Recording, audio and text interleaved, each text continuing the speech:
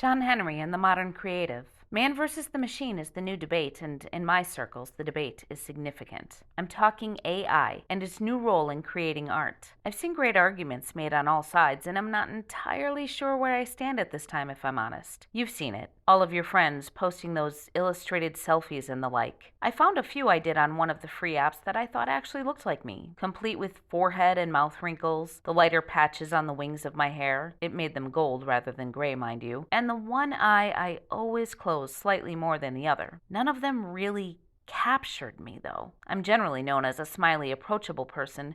People call me Sunshine. But the AI tool I used seemed to think moody was a better look for me, so while they did look like my physical appearance, they somehow still didn't look like me. I wish I'd been nearly as tough as those images depicted. Truth is, I was laid up for a few days this last week. I had some diagnostic testing and don't worry, everything is okay. Probably not so very long ago, though, some of the things I was dealing with would have required invasive procedures just to tell me that everything was okay. But thousands of doctors, scientists, and medical technicians over hundreds of years have added their knowledge to the great databases of the world. Learning what ails a person is much easier these days. We also have tools that plug into our cars to read codes and tell us what ails those too. The calculator on my phone does math based on thousands of years of smart people who have figured out the formulas. The sampling of intellectual property in practice is not new. Artificial intelligence has become commonplace in much of our lives. We are all for the great databases when they keep our bodies, our cars, and our lives running efficiently.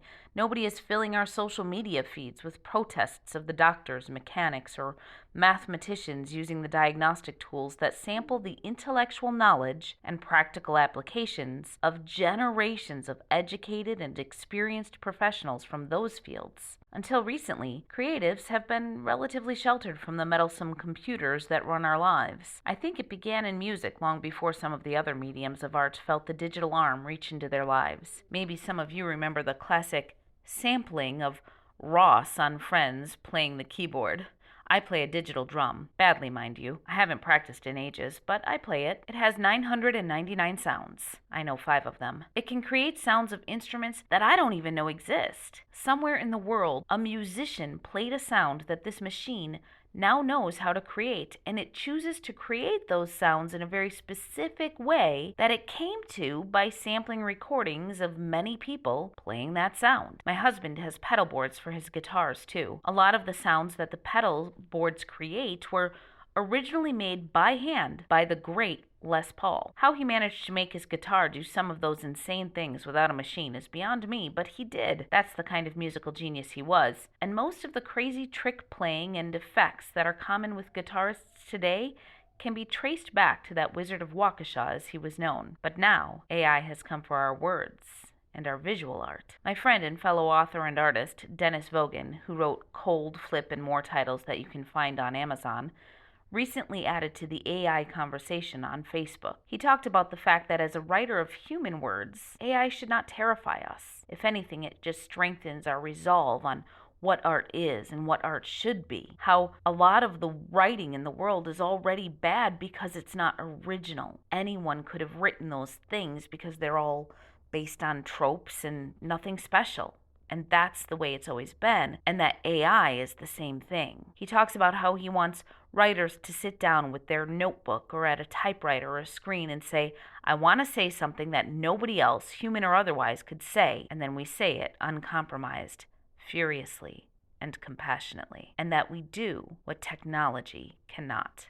I can tell you that I agree with Dennis's words that a computer cannot make on the page what we can. A computer does not sit down in front of itself with an idea that it composes on itself. Ideas themselves are human. After the idea, there are the actual words. I've seen the magic word makers of different types, and they're not my voice. But I do think that they have a place as a tool for business writing and newsletter writing if they're used to inspire and create a prompt or a starting point. I picture them having a great impact in corporate and technical writing, as well as marketing and publicity writing as a result. To be very, very clear here, I have not used any AI writing tools in any of my books, and I don't plan to do so. But not necessarily because I'm against the AI word generators as a starting point for somebody who might be struggling to get going on the page. I have always told my students when I've worked at the university level that there's nothing they can write that God and Shakespeare have not already covered. It is their unique voice and style that will make the story they create their own. I stand by that. And those voices are what make our work relatable to others. And even if AI has a voice, it does not have mine, it does not have theirs, and it does not have a human one. As for the visual art, I think most of what you see people posting, the selfies and whatnot, are meant for fun. That said, I've been lucky to see some of the spectacular work created with the tools from artists in my life. I have one friend who is quite good at it, but what he creates is not what I could create. He has the ideas as well as some knowledge in art to know what ideas to even ask for. He does many iterations of pieces and combines them and applies filters and edits and all sorts of manners of making them his own. He prefers the term generative art. In a way, he is using a digital starting point as a medium toward creating other art. It's a prompt, if you will. Oh, I know not everybody is doing that, but I'm just providing another perspective to the debate. By the way, for a long time, the debate kept me from playing with some of those selfie AI tools. It was a friend of mine who convinced me to do so after I gave him hell for commenting hot damn to one of his own pictures online. Oh, you know who you are. That was hilarious. Don't worry, we're real friends. I'm allowed to give him shit. The pictures I ended up with on the free tool were fun, but they're not really images of me, so I didn't share them on my socials. Oh, I know she's hot, but she is not me. That said, a couple of them that came out were visually what I had pictured in my mind for a character in my current sci-fi series. The particular character I was thinking of,